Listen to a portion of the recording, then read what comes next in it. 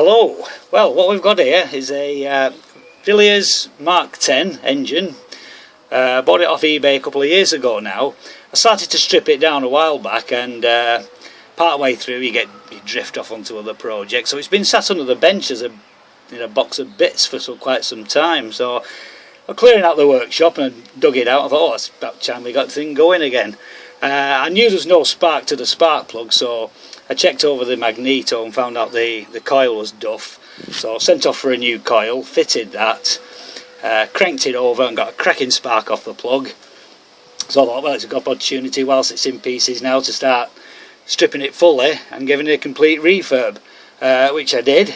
Put it all back together again, and then I was thinking of a paint scheme for it. You see the greens and blues and reds of all sorts of engines, and I've just finished building a 1/10 scale Mark IV World War I tank, so I had plenty of olive drab paint left over, so that I think we'll give it for a bit of a change, a military feel to it.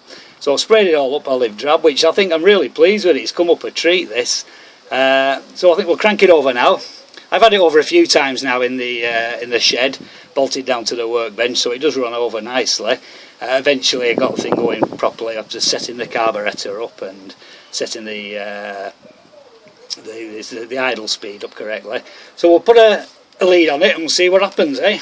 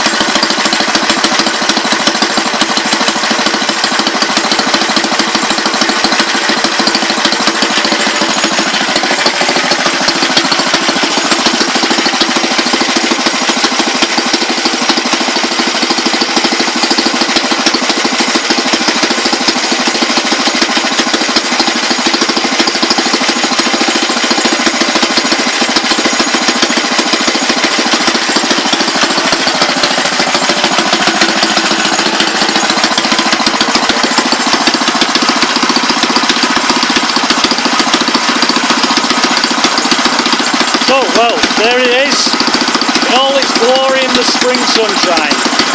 Thanks for watching.